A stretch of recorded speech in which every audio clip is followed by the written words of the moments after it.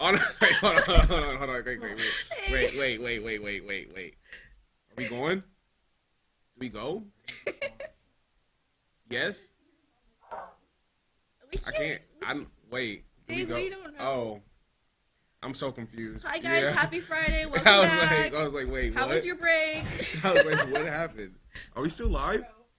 Oh, okay. Oh. All right, guys. So that's what an intro. So, like, on our winter edition of One of Those Shorts, we're gonna recap the NFL playoffs and the NFL coaching cycle, college basketball, and some MLB signing. All this more coming up on the One of Those Sports Show. We're going to have an exciting show. We're going to talk about the NFL divisional round and what we expect from it. We talk about Texas's inconsistent start in Big 12 play for men's basketball. We'll finish with some talk about our women's basketball team. So we got a packed show today.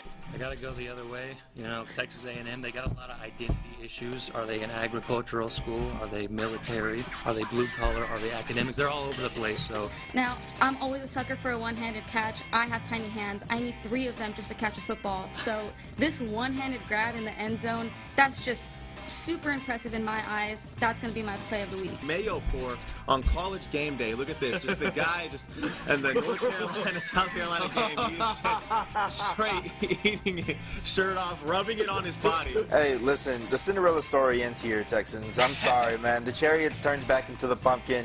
It struck midnight. Whatever you want to say, I think it ends here.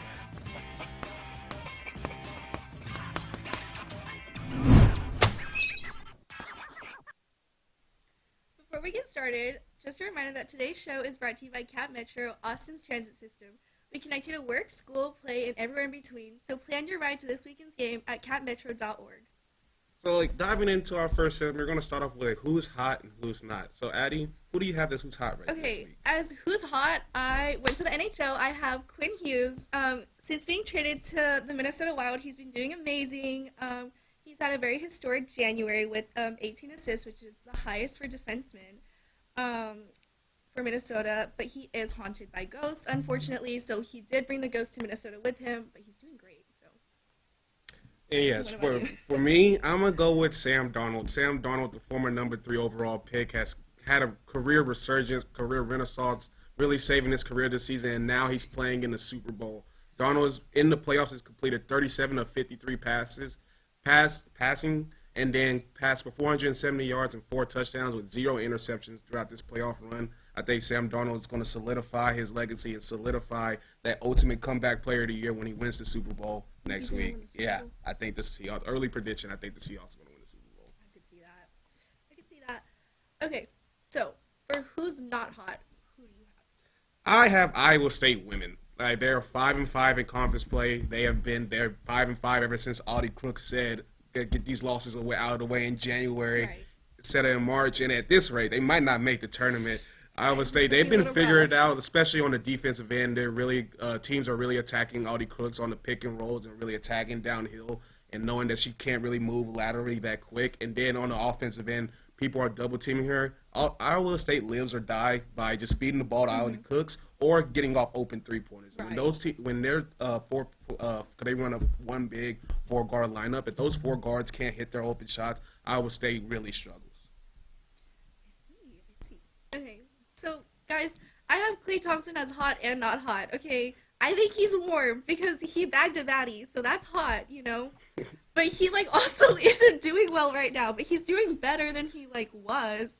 Okay, he's doing better than he was, and so I guess he's hot-ish, but he's also not hot because he kind of sucks. But she does make him home cooked. See, look at a baddie. Okay. So she makes him home-cooked meals, and then they go golfing and fishing together. So, he's been domesticated. It's time for him to take a step back from this whole basketball thing. That's done and over with. Move on. New career. But yeah, let's go dive into what's trending. Well, it's finally here. The Super Bowl is set up with the New England Patriots taking on the Seattle Seahawks in the Super Bowl 60, a rematch from the iconic Super Bowl 49. Before we preview the big game next week, which team that missed out on the Super Bowl were you most shocked by, or is this the matchup that you expected? I don't think I was really shocked by them missing out, but I think it would have been fun to see the Bears in there because I think they had a really fun playoffs run. They have a young team Caleb Williams, a sweet little baby. They had that fire game against the Packers, and then they had that exciting overtime game against the Rams, and also I just love Colston Loveland because he's a sweet Michigan baby. Come on now. I mean, And what about you? And you know me, I love a good Michigan man, Oh, yes. but unfortunately he plays for the Chicago Bears. Well, Yeah. they lost, so it They doesn't did matter. lose. But for me, I gotta say the Bills. I feel like this year was a make it or break it year for Josh Allen, yes. and it really came crumbling down. A lot of people are talking about that last play, but are really excusing the terrible quarterback play that Josh Allen played. He had 4 turnovers, including a crucial turnover before halftime. And then when he fumbled the ball, when everybody knows high and tight, but he was running and he freaking tossed it's it. just a And little then more instead of kicking a field goal, it was a 10-point swing, and now they're down 10 points going into halftime. And they scapegoated Sean McDermott just to promote the same OC that coached the offense. gosh. But that's for me the Bills. I think that's a really surprise. I think this Really? was the biggest opportunity that Josh Allen might have had in his career he for a Super fumbled. Bowl, and he literally fumbled. Okay, so moving on. While we were gone, there were some huge signings in the show, like Edwin Diaz, Bo Bidget, and Kyle Tucker. So, in your opinion, who was the biggest signing of this offseason? For me, I mean, it's easy to look at Kyle Tucker, the Right. big money signing, but if you paid attention to the Dodgers, their bullpen has always been something that they really struggle with. And I think adding the elite closer, in my opinion, the best closer in all of baseball, Edwin Diaz, was the biggest move that they could make to go for 3 in a row. So Edwin Diaz, in my opinion, was the biggest move. So, here's the thing. I don't know baseball, but Google said that Kyle Tucker made a lot of money with his signing, guys. $240 million in 4 years. That's a lot of money. Like, hello? But apparently he's really good. Okay, 2025 season, he had 133 hits. I feel like that's really good. 73 RBI. But I will say, I also did my little TikTok research, and TikTok said that the deal was goof because it's basically the Dodgers buying another World Series. But I don't know. And then I did some more research, and his parents' names are Lisa and Mike. Okay, so Lisa and Mike, your son is doing great. Like, but I think that's the biggest Shout one. out Lisa and Mike. Shout out Lisa and Mike. Like, But yeah, moving on to on Tuesday, the longtime Patriots head coach Bill Belichick was not elected in his first year eligible in NFL Hall of Fame. This was the 8-time champion's first time on the ballot, but many think that he should have been in. Why do you think the writers left him out, or does Bill Belichick deserve to be a first ballot Hall of Famer? guys, I think it's his girlfriend. I think it might be his girlfriend. I don't know. You Who don't? You knows? think the public just I think voters? I think it's just like public perception. They're like, okay, but like actually, he has a whole lot of scandals. But also, my question is, Spygate, Deflategate, guys, why are we naming scandals after like gates? Because we had Nixon and Watergate too. So like that, you see, I was really like going through like a tunnel vision like about this. But anyways, I think it's still like the scandals will always follow you. So like public perception, of course, might have been like why some voters were very hesitant. But I do think he is a really, really good coach, and he will end up in the Hall of Fame eventually, just not anytime soon. But yeah. All I'm going to say is that O.J. Simpson is in the NFL Hall of Fame. So, with that, that is the bare minimum. So there's nothing that you just said that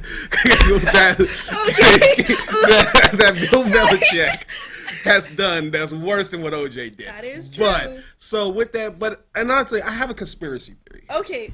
I think Give it to because the in girl. 2028, both Rob Gronkowski and Tom Brady will be eligible for the Hall of Fame. I mean, think like, they're gonna all hold. three? I think they're gonna hold Bill Belichick off again next year. They're gonna put out this Right. BS excuse about Spygate and all that again All the next year. scandals, yeah. And in 2028, they're gonna put Full all sweep. three of them together, and they're Woo! gonna prompt it up to be the Boom. greatest Hall of Fame ceremony of all time. Wait, but I like that. Yeah, They that's are see dramatic. the script writers. They are dramatic. They so do like that. that's my little. I like it. I there. like that. But yeah, coming up, we're gonna get into our versus segment with a very special guest. You don't go away. We'll be right back. I told you I was yapped.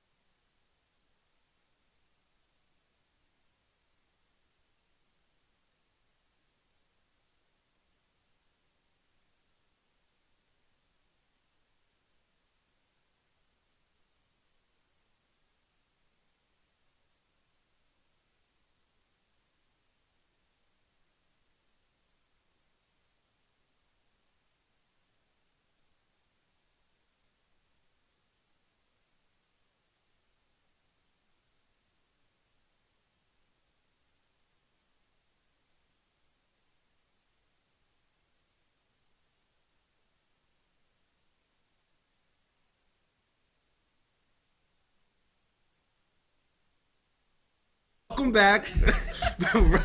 Like, Welcome back to the One and All Sports Show, everyone.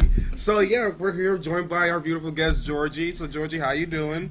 Wow, you call me beautiful. Period. Also, I'm doing amazing. It's a great start, chaotic start, but great start to this year with 1-0. Okay, it's okay. I rarely get them from my brother, so it's okay. I'll take that today.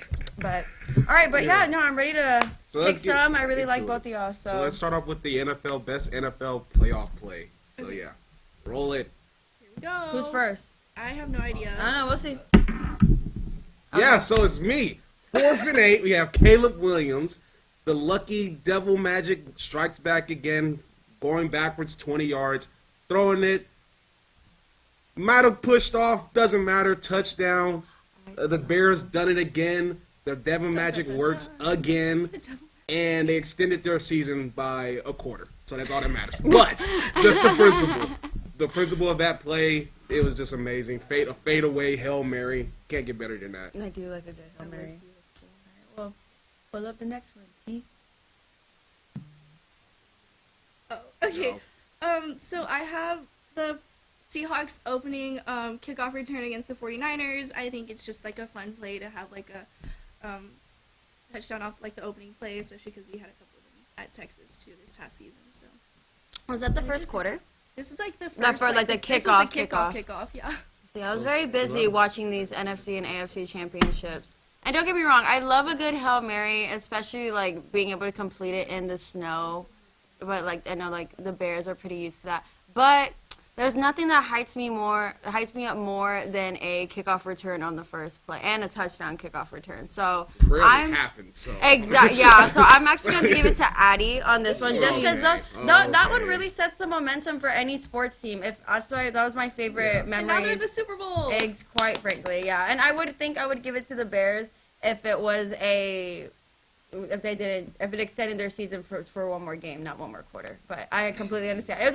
I love a good Hail Mary, but PTA session, so it really was. But I don't remember any of it. So here we go. Okay, now moving on to the next. Okay. With the NBA. Oh, okay, nice. Start off with this one. I think it's the Suns. Start with this one. Phoenix. Abby. Yes. Okay, so I have this like a whole little like teamwork like sequence by the Suns. I think it's super fun, super cute. I honestly also don't really know basketball, guys, but I was like, this is fun. Like it's like a whole teamwork moment, guys. Also because they played them in like December, I think, and it was not a pretty game. But now they're getting it together. Okay. We do love some teamwork on the court that can actually. But with my play, I want to highlight the future of the NBA. Oh, okay. So let's talk about when Wemby and Castle both worked together to shut down one of the greatest scorers of all time. You have sophomore Stephon Castle making Kevin Durant work. Oh yeah. Come help me, Wemby. Oh, yeah, give me that. Shot clock out of bounds. The Spurs kept momentum. Used that because the Spurs were down 14 points going into the fourth quarter. Wemby scored 14 points in the entire fourth quarter to complete the comeback win, and that play was a big momentum shifter. I will say momentum shift is always going to take the cake on this one. But I did like a good teamwork play. I love when basketball teams can actually make it work and go down the court and actually score. However, with KD being a underrated player in my opinion because he is truly like one of the best and that we've had in NBA, but having Castle and Wemby, one of the best that we do have, I feel I'm gonna have to listen to Raymond just because he really did do it right. Being able to double team, always good. So. But yeah, starting off with the best college football play, I'm gonna go with the first play, pick six against when DeAndre Moore threw against IU. There you go. Yeah, there you go. That's not it. But go ahead, Abby. You explain your. Okay, never mind. I'm explaining mine again. We're back. But yeah, there's the first play of the game of the college football semifinals was a pick six, and that's like Indiana didn't look back from there. It was complete belt to butt session, and they just like the arena. And one thing about that game, Indiana fans, they travel well. That's one thing I learned about this whole playoff run is that in the Hoosier Nation travels well. So you gotta love a good first play pick six to get on the board early. Okay. I also have an Indiana clip. I have Jamari Sharp's interception against Miami to seal their first national championship. I think it was beautiful. It like really was a like picture perfect story ending for them to just seal it out. And of course, bye Carson Beck. So. Oh, okay, and see. In fairness, I will say, Oregon's quarterback is a significantly better player, a better quarterback. That is true. I would say. I would say if y'all put that Fernando touchdown in there, y'all would have automatically got it with no competition because that one gave me. I thought he was gonna. Nope, that one when he did the. Girl, you added yours before mine. Boom, and I wasn't thinking. And he went to the end zone. I swear, all those edits give me a sense of He like was like patriotism. literal bumper cars with his body. But I will be honest, this is kind of hard because I do love a Carson Beck interception. I do like that, and I feel like everybody, and just at the last play of the game's good, but then, like Raymond said, Oregon. I mean, it's Carson Beck being Carson. Yeah, it's Carson Beck being Carson Beck. Like, I'm always going to put on his downfall. What do you expect? Everyone knew. Everyone going into that drive, they were like, he's going to throw it. Yeah, Oregon's quarterback is way more. Even if you don't know football on paper, like he's just better. So I'm gonna have to do this one to Ray. That was really close, just because I did love the story time ending. But like I'm saying, y'all really missed out. If y'all put that Fernando Mendoza touchdown, I would have no questions next. But I like both of them. Those are good. Thank you for doing Indiana because Indiana, the best storyline. But on to our worst umpire and ref mistake. Oh, it's my favorite. I'm gonna go off of week 18. Okay. Where the Panthers completely do a backwards pass, but the ref blows the ball dead. And then not only that, they went back and called it a fumble, which was correct because it was a backwards pass, but they didn't allow the Panthers to replay that down. So the Panthers literally lost yards for no reason. Oh. It was 2nd and 16 instead of 1st and 10. So yeah, I think that was a big mistake because the Panthers went on to lose that game. Luckily, they got saved because the Falcons beat the Saints, so they still clinched the playoffs. But that could have been a catastrophic situation if the Falcons didn't win that Saints game. Okay. So I know we already talked about this, and it was like Josh Allen's fault, but I did put like the Bills Bronco like overtime turnover. Because it just looked like a goofy tug-of-war, guys. Like, we're just fighting over football as if it's a string. And also, I watched this with Parker, and Parker is, like, a diehard Bills fan, and poor baby was crying when this happened. So, justice for Parker. Honestly, I know there has been a lot of... with Raymond's, I do like that because, luckily, the Falcons did pull it through, and that's where I'm thinking that it kind of like lessens the blow a little bit. But the whole Bills situation, I remember everything blowing up and basically kind of costing it. So I'm gonna have to go with Addie on this one, just because that one is kind of just a little. It's just like it's down to the wire. It's everything, and that one did cost the. I will say that did cost him that game. However, yeah, I would feel like it's that. But right now, I think it's 2-2, if I'm not mistaken. Yeah. Oh, nice. All right. Tiebreaker. All right. So yeah, so we're gonna go into our miscellaneous sports section. For me, I'm gonna go. We can't show video because of UEFA rules, but I'm gonna explain it. The Benfica goalie sent with an extra time goal in the extra minute to send Benfica to the Champions League knockout rounds. Going into the last 5 minutes of that match, Benfica was up 3-2, but it was relayed to their manager that they need one more goal on goal difference to get to the next round. So Jose Mourinho calls up his goalkeeper in the last seconds of the game to get in the box and then whipped it in the goalkeeper header. Like, a goalkeeper goal is so rare, and in that form to send them to the knockout rounds of the Champions League, that's very important. That is like history right there. But what do you have? So I have a goalie on goalie fight in hockey. So the goalie skates across the whole ring, guys. Like, he just skates across the ring to, like, come fight this goalie. Gloves are dropped. They both end up on the ground, like, fighting each other, tackling. And then the clip cuts off, but you can see all the, like, baby sharks for the Sharks team, like, banging their, like, their sticks on the wall because they're baby sharks. And they're so excited because their goalie's, like, throwing punches. Like, look, throw punches. I'm sorry? First goalie fight in 6 years. I think, yeah. And he ran for that. He skated yeah, for that. He ran up. He skated for that. Like, I love a good goalie fight, especially like the way he's just like, all right, it's like it's really on site. As soon as I go across this ice, it's on site. Running for this. But I would have to go with Raymond on this. I'm so sorry, Addie. Just okay. because that is, I wish I could see the clip, but that is very, because for a goalie to make a goal and it's just The header. the header, and be able to go to the knockout. But I actually thoroughly enjoyed all of y'all's. I really liked it. It made it y'all made it difficult, which is always the best. So what's up? But so thank y'all for having me on. So I will have to give it to Ray. We'll be back. Why's the camera like I don't know. I look so. Yeah. that? Okay. But yeah, Give that we'll to be Ray back for today. after this quick commercial break.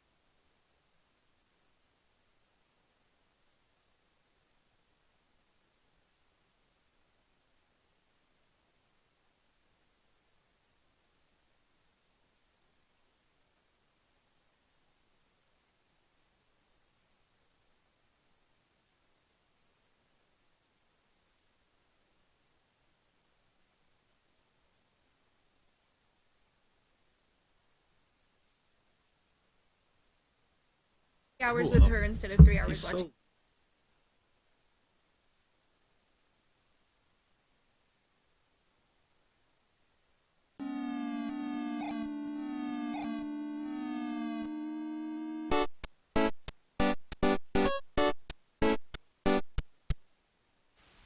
It's like, welcome back to One and No Sports Show. We're going to start off with our Texas athletics session. So, yeah, the Texas women's basketball has got off to a great start, but has recently tailed off the 2 losses to LSU and South Carolina. What seeds in the tournament will the team end up being when it's all said and done, Addie? Okay, I was really struggling to pick, but I think they're going to be seated pretty high, like either 1 or 2 in the tournament. I know we had a couple stumbles, but honestly, I think it was just like, like mid-season stumbles, like it happens to everybody.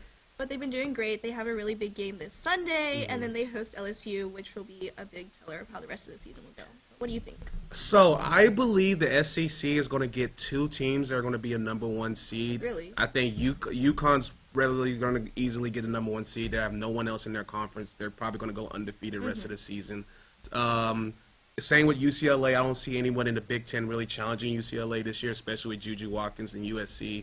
Juju Watkins out for the year and USC really struggling. Iowa really building, but they're not there yet since the post Caitlin Clark era. With that, I'm going to have South Carolina. So that leaves 3 teams that I believe fighting for that last number 1 seed: Texas, LSU, and Vanderbilt. Okay. But with that, I believe Texas is going to have dropped to the 2 seed. I don't see it because based off last year, we are 31-3 going into the NCAA tournament, and we were the last number 1 seed. Okay. So with that going, I don't see a scenario with the amount of ranked games that we have going forward that we don't drop maybe 2 more games at the most. Okay. So with that, I'm gonna say take a safe bet. It won't affect the Longhorns really much because the NCAA basketball is really top heavy. I'm gonna say the Longhorns gonna be the number 2 seed. I mean, we do perform better when we're not number 1, so it might be for the best. And then Texas men's basketball has been inconsistent all season. Since our last show, they have impressive victories over top 10 teams like Alabama and Vanderbilt, and a top 25 win against Georgia, but they also have losses against Kentucky and Auburn. Addie, what do you think needs to change for this team to become a real contender? Guys, I think they just need to be consistent, like both offensively and defensively. Like, if they can just like maintain a good like intense like playing level for the entirety of the time that they're playing, it would just, I mean, obviously it would help, but I think it's just you can like see them go on like good runs and then they'll just like drop, and then it's a lot of like lacking consistency, I think. For me, I think at this point we're in January. Everyone knows what their teams are. I don't think there's anything that we can do this season to be a contender. Really? Okay. So, but I would say things that we need to do, that we going to next season for us to be a contender is a true point guard. We do not have a true point guard. Trayvon Mark and Jordan Pope are not point guards. I love them to death. Not to death. But they're shooting guards. They don't know how to run an offense. And then I need another year with C. Mattis to be able to get more physical, get better, get more adjusted to NCAA basketball. So, yeah, I'm going to say this year, I don't think the Longhorns are going to be a contender. If we do squeak in the tournament, nice for my senior year, but I don't really expect it. We'll be back in 2027, possibly. Okay, so Texas baseball kicks off their season soon. The Longhorns won the SEC last year, but they were eliminated at home against UTSA. What are the expectations for this year's team? I don't know a lot about baseball, especially college baseball, but what I do know is that Texas is a historical blue blood. So expectations for us to make it to the College World Series. So that's, for me, it's that minimum expectations for Texas baseball. We have to make it to the College World Series. We can't have a situation last year where UTSA comes into our building and eliminates us. That cannot happen again. We can't have that, so guys. I'm going to say College World Series is the minimum for this program to get back on the right trajectory. Okay. I kind of have like the same idea. I think they're definitely going to go very deep into the postseason. They had a very impressive year last year, of course, bringing the SEC title back to Austin. They have returning players that like are going to be very key. Of course, we have Dylan Volantis, which he did really well in his freshman season last year, but we also have new additions like Carson Tinney and Aiden Robbins, which they were performing super, super well during fall ball. So I think it'd be super exciting to see how this team moves forward, but I am very excited to see them go very, very far this year, hopefully. So we'll be back with our 10 and 10.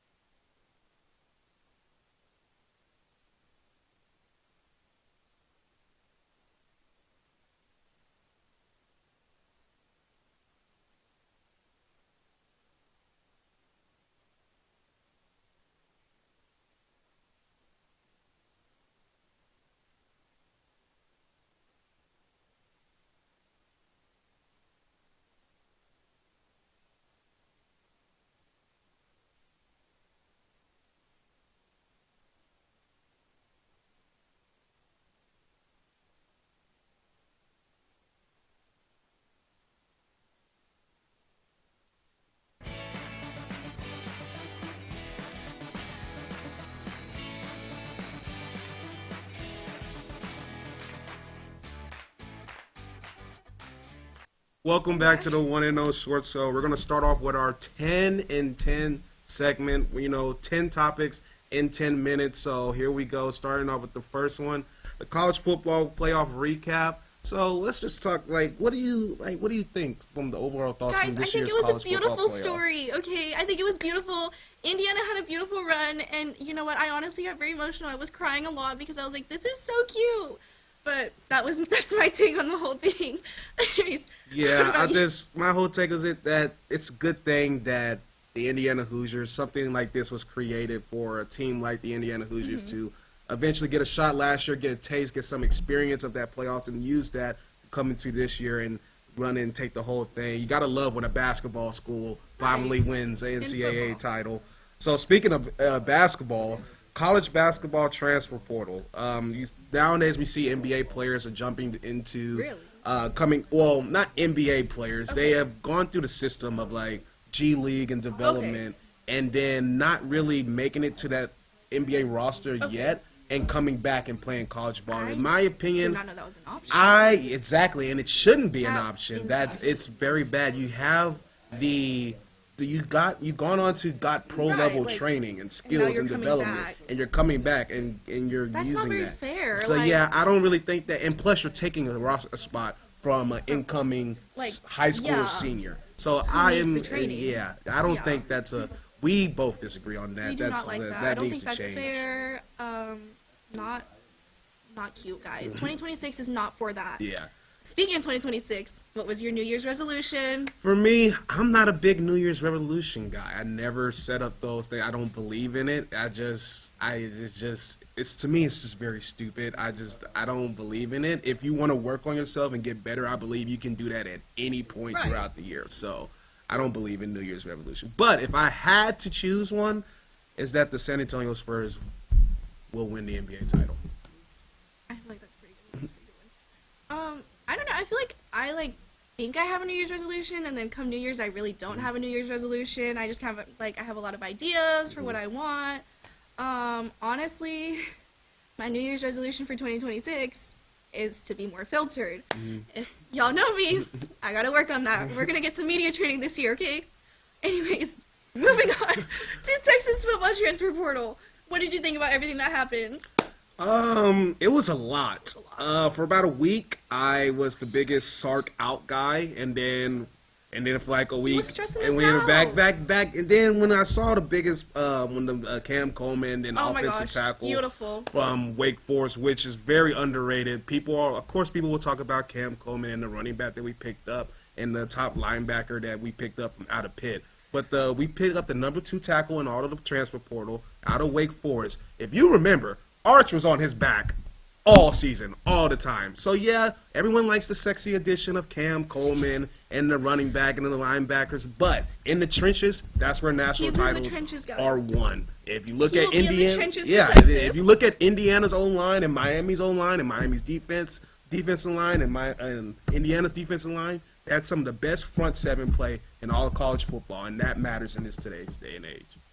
So, with that, does the Pro Bowl matter? When we saw Shedeur Sanders get named to the Pro Bowl. I think it's a little kind of goofy, like how they pick the people or like how they pick the players. I think it's just a little bit goofy. Like I think it's flashy, it's fun, like it brings more attention to the NFL and all that. But I'm also like, yeah, it's just like a big boom, and then it's like. For me, if you're a Packers fan, you will understand that you knew that the Pro Bowl didn't matter because back in 2018, David Bakhtiari was named to the first team All-Pro in the NFL, but didn't get voted in the Pro Bowl. So since that moment, I stopped paying attention to the Pro Bowl, and then you have Shedeur Sanders with 7 touchdowns, 11 interceptions on the season, getting named to the Pro Bowl. I understand players went to the Super Bowl, players don't want to play in the game, but at that point, we're just giving away titles and giving away accolades, and I don't really like that. Participation trophies, guys. It's like field day back in like elementary school. Come on now. But yeah, for the Winter Olympics. Winter Olympics are coming up. So, in your opinion, which one do you prefer, the Winter Olympics or Summer Olympics? Okay, I like the Summer Olympics because I think they have more like random stuff. Like, guys, there was breakdancing at the last Summer Olympics. Like, I think there's like fun little random like sports that I didn't even know were sports, and I love the Summer Olympics for that. Yeah, for me, I'm a big Summer Olympics guy. I love track and field. I love watching the track and field race. Of course, if everyone knows the 2012 and 2016 Olympics, where the hype when USA and Jamaica were going back and forth in that rivalry with Usain Bolt and Johan Blake and those boys out of Jamaica. So yeah, I love the Summer Olympics. So it's Summer Olympics all the way. Of course. Okay, so You got it. moving on to golf, Brooks Koepka is back in the PGA Tour. Okay, so listen, I don't know much about golf, but it was always on the TV growing up. Apparently, he left PGA, went to Live. Now he's back at the PGA Tour.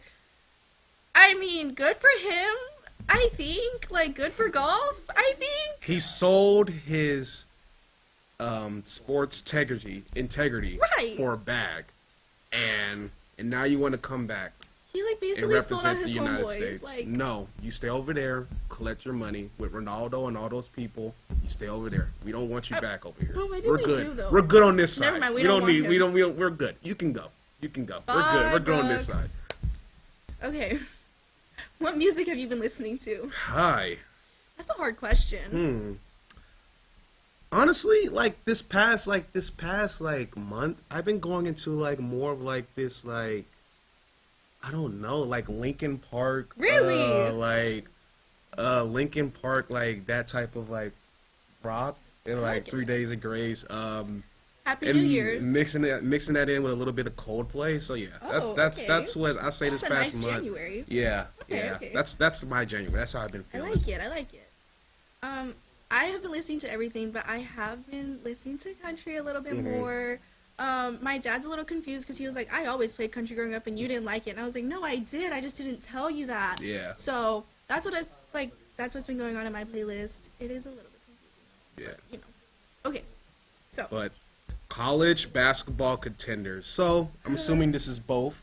So on the men's side, let's just name 3 and 3. Let's say, from my opinion, I think you got. let me take over this. Let me take over We this. saw my basketball I got this. knowledge. But Ball knowledge is on the not there. men's side, we have Arizona, Okay. Michigan. I love Michigan. I love Michigan. Love Michigan. I love Michigan. I think Michigan, even though they lost to Wisconsin a couple weeks ago in a great game, if Yeah. I had to pick who's going to win the national title today, I'm still going to go Michigan. They have Dusty May, in Go my Blue. opinion, is one of the best coaches in all of college basketball. And also, sleeper team, their little brother, Michigan State.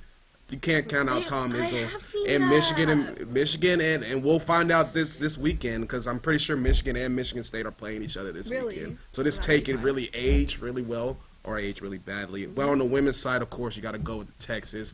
Always Obviously. contenders. We have a well-balanced roster from height, size, quickness. Then South Carolina, Don Staley, one of the best coaches in all college basketball. You can't never count out UConn. It's UConn. Yes. Can't count them out. Always. But sleeper team, Okay. Hot take? Kentucky. I like Kentucky because, hey, they have a mixer of size, and they also beat LSU on the road, something that Texas didn't do. They beat them by 10 on the road as well. we did not and do they that. Kentucky has also beaten teams like Alabama. So if I had to pick a dark horse contender, Kentucky. Kentucky. Oh, interesting. Every time I think Kentucky, I only see the blue K, but sometimes I forget it's a blue K.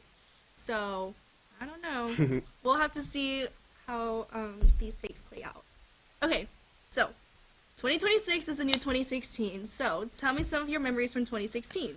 I was in 6th grade going into 7th.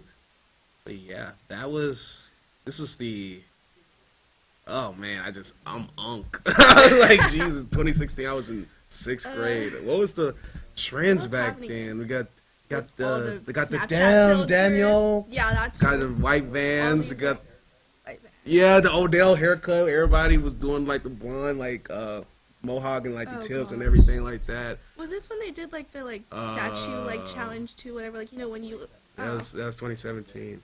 Actually, a core memory. core memories? February 2016. Okay. Steph Curry dropped the All-Star edition of his shoes. Okay. And on the day of the All-Star game, I went to the mall and got his all-white Steph Curry 2s. And I love those. Those are some of my favorite hooping shoes that I played in them. Because y'all know Curry, he made all his shoes with high ankle support. And I had ankle problems growing up as well. So like, I wore Like, these are my those shoes. shoes out. Like- I wore them out. I had them all the way up to like 10th grade. I wore them out. But You know yeah, what? That's how you know they were good shoes. yeah. 2016, I was in 4th grade, guys. So, my 2016 memories were like all my friends on the playground on the little monkey bars with their phones out taking their pictures on their little like Snapchat filters and all that. And everything was kind of like orange, honestly. And I do remember the whole slime thing because my parents got mad at me because I got glue all in my carpets. Sorry to my parents. Wait. What? 2016 was the fidget spinner. It was the fidget spinner. spinner. Yeah, Slime, I just because thought apparently we all about had that. The attention fidget issues. spinner. Yeah, the fidget Yes. spinner. So those are my 2016 memories. It's a little more messy. But yeah, that'll wrap it up for our Our 10 and 10. When we be back, we'll have Emma on for our pick'ems. Pick'ems. Don't leave. We'll be back soon.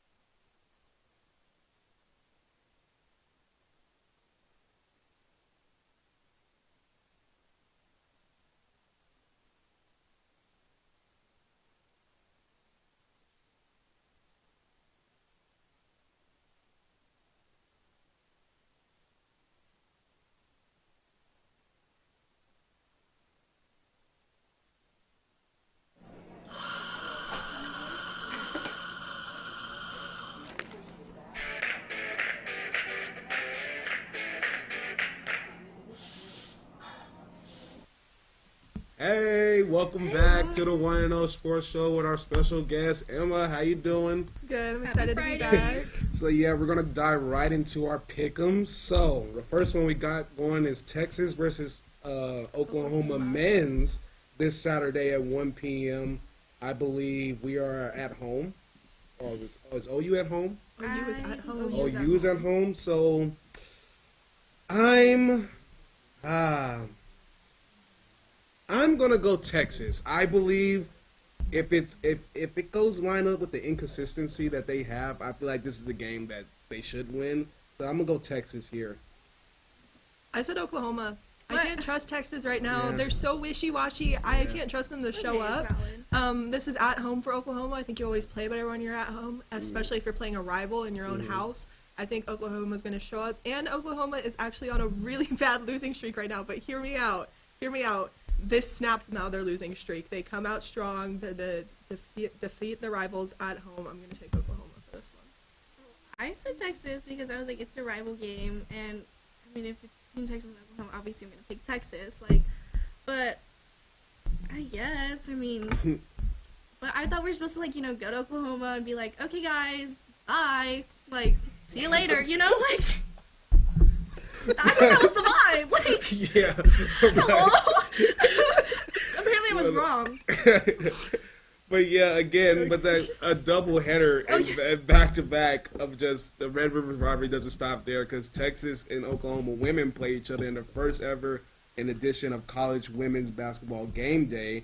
It's this Sunday at 12. I, of course, going to go with Texas. I feel like Texas is one of the better teams in the country. Our resume speaks for it.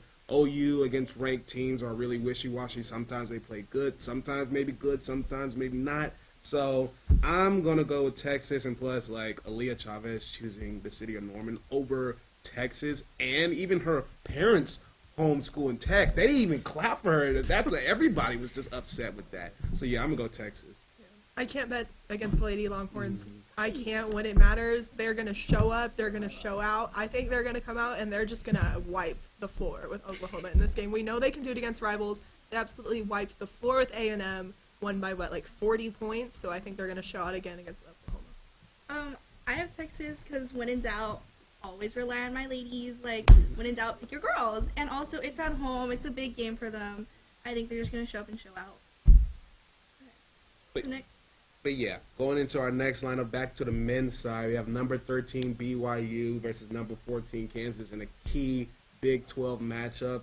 I'm going to go with the experience here. I'm going to go with Kansas. I just believe Kansas, traditional Big 12 powerhouse.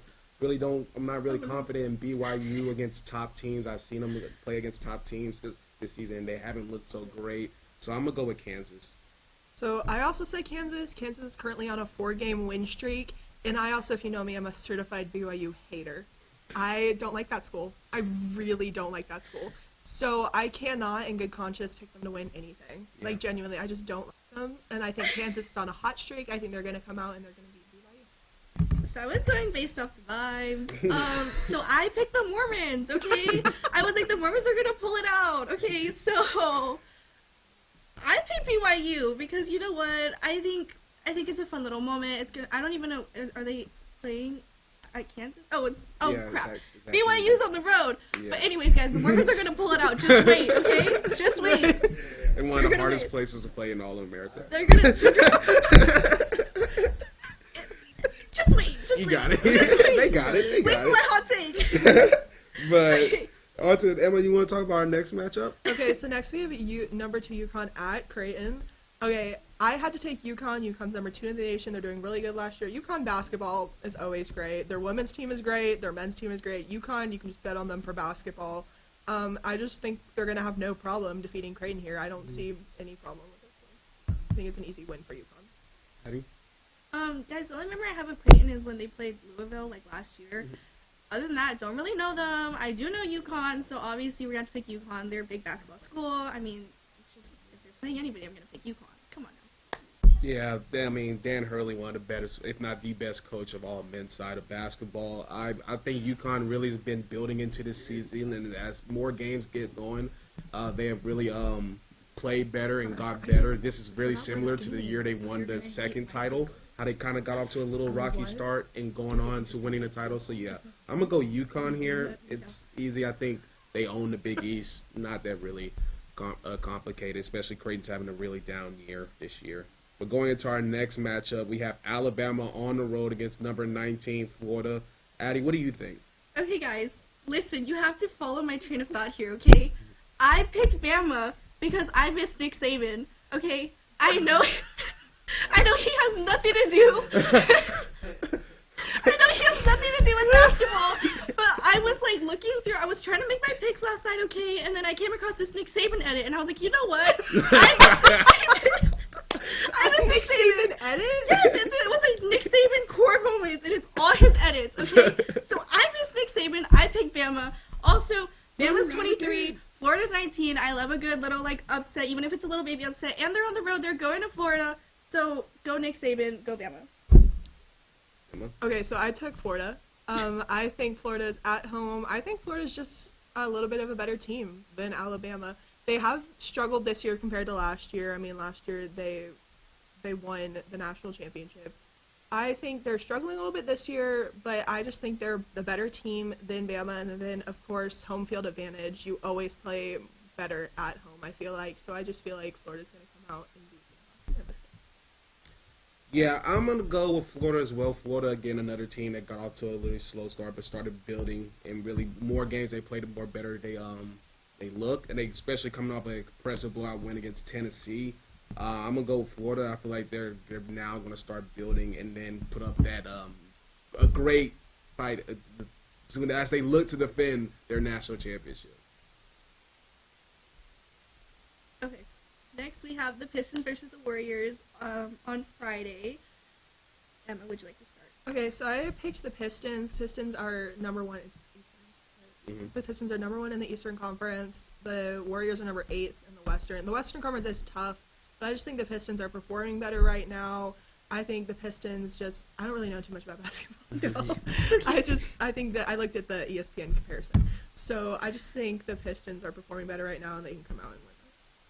Yeah, I think I'm going to go with the Pistons as well. They're the number 1 seed in the East. J.B. Bickerstaff is my early coach of the year. He's done an amazing job. If you look at where the Pistons were 2 years ago compared to where they are now, went from lottery to 4th seed and now 1 seed, I'm going to go with the Pistons. And plus, Warriors lost Jimmy Butler, and there's no telling we could get a trade today. We don't know, so we don't know who's going to be playing tonight. So I'm going to go with the safe pick and go with the Pistons.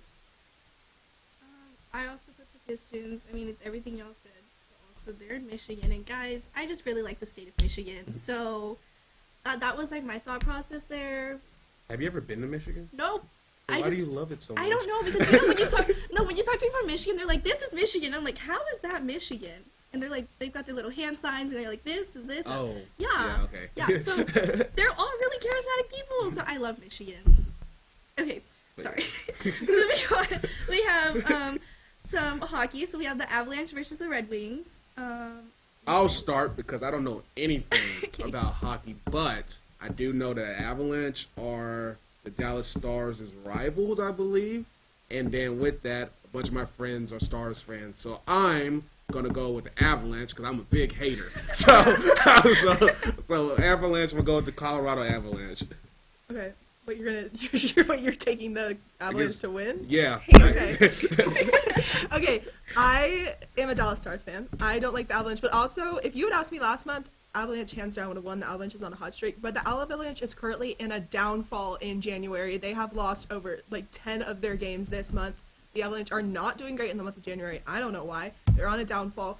I think the Red Wings can beat the Avalanche in this game. I think the Red Wings can beat the Avalanche in this game. I think the Red Wings are doing good. I want the Avalanche to lose. They're in a downward spiral, and I need the downward spiral to continue going downward. So I'm going to take the Red Wings. I also put the Red Wings. Actually, looking back at it, both the Red Wings and the Avalanche have lost their last 2 games, but they are playing in Detroit, I believe. So I think it's just like a good home game for the Red Wings. I think beating the Avalanche will be good momentum to keep them moving forward. And honestly, I too just don't really like Colorado, so I'm gonna pick the Red Wings. Okay. But diving into UFC. Our UFC main event on Saturday, we have the reigning featherweight champion, 145, Alexander Volkanovski, defending his title against Diego Lopez, a rematch from a fight from last year, or 2024, I believe. So, Addie, what do you think? Guys, I picked Alex because, listen, I was like, I don't really know how to say his last name, but it seems kind of cool. He seems like he'd be able to throw some punches, So I put Alex, But I'm rooting for you, Alex, wherever and whenever you're fighting. I'm rooting for you. Okay, Emma? I also picked Alex, just like Raymond said, he's the reigning featherweight champion, and the last time they matched off, he won. So I just think, I don't know too much about fighting, so I was like, he won the first time, he can win the second time. Yeah. I'm going to go with Alex. I mean, Alex, in my opinion, is the greatest featherweight of all time. I mean, there's only been one featherweight that's been able to beat him in the UFC, and that's Ilia Topuria, and he's in the lightweight division. Before that, he was steamrolling the featherweight division. He's also knocked out Diego Lopez in their first in their first fight for the featherweight title. So I'm gonna go with Alexander Volkanovski until I see someone else other than Ilya Topuria Don't worry, defeat guys. I'm about to get in the ring. Alexander It'll be me. Volkanovski. Then I'm gonna always go with Alex. Right. Okay, so moving on to golf. We have a lot of golf this episode. We have the Farmers Insurance winner. Guys, I didn't know there was a tournament called the Farmers Insurance, but they get $9.6 billion for winning, okay? That's a lot of money! But, so Google said it's going to be this guy named Justin Rose, because Justin's doing great right now, so I'm going to pick Justin. Go, Justin. Okay, so I googled it earlier before it started. It said this guy named Alexander Schaefer was gonna win. Shoffley? I can't say. I don't know. I've Say- never heard of this man before in my life. I don't know golfers. I don't- What was your last name, T? He's probably not gonna win. He's currently tied for 101st. So this is a No, bad this pick. is his comeback season, This is okay? a bad Just wait. pick. It said he was probably gonna win, but he might get 101st place. That's still a place. That's still a place. It's a place in our hearts. Okay, Raymond, what do you think? I'm gonna go because I saw this guy's name. Okay. And if you watch wrestling, I love this guy. So I'm gonna go Sheamus Power. Okay. I don't know why. It spoke to you. It says it spoke to me. I love Sheamus and WWE. So and they're both Irish. So like, hey, Sheamus Power, let's go. King. Celtic Warrior. Okay. But yeah, I think that's it. For Oh no. wait, for one our more. last One one, more. the Winter Olympics are about to start. Who do you think is gonna have the most medals? You can go. Okay, I for said it. Norway.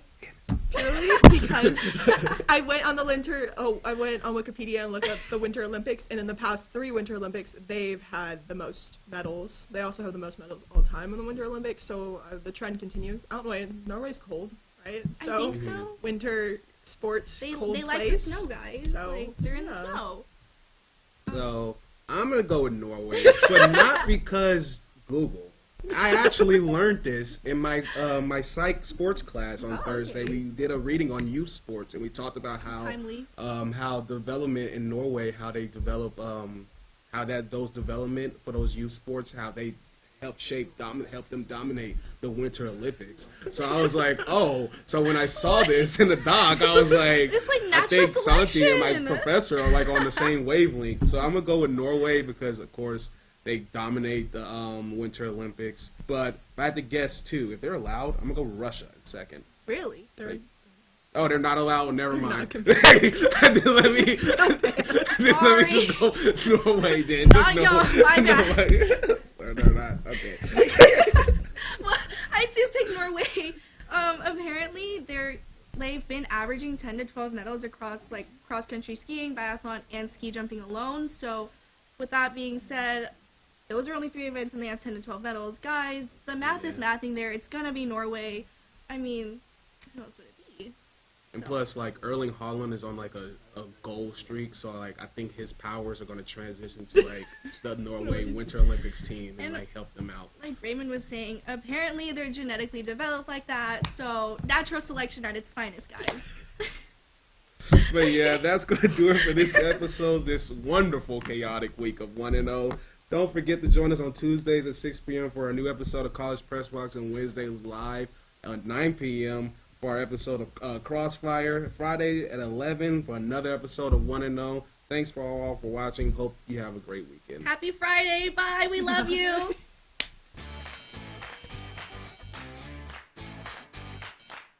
Okay.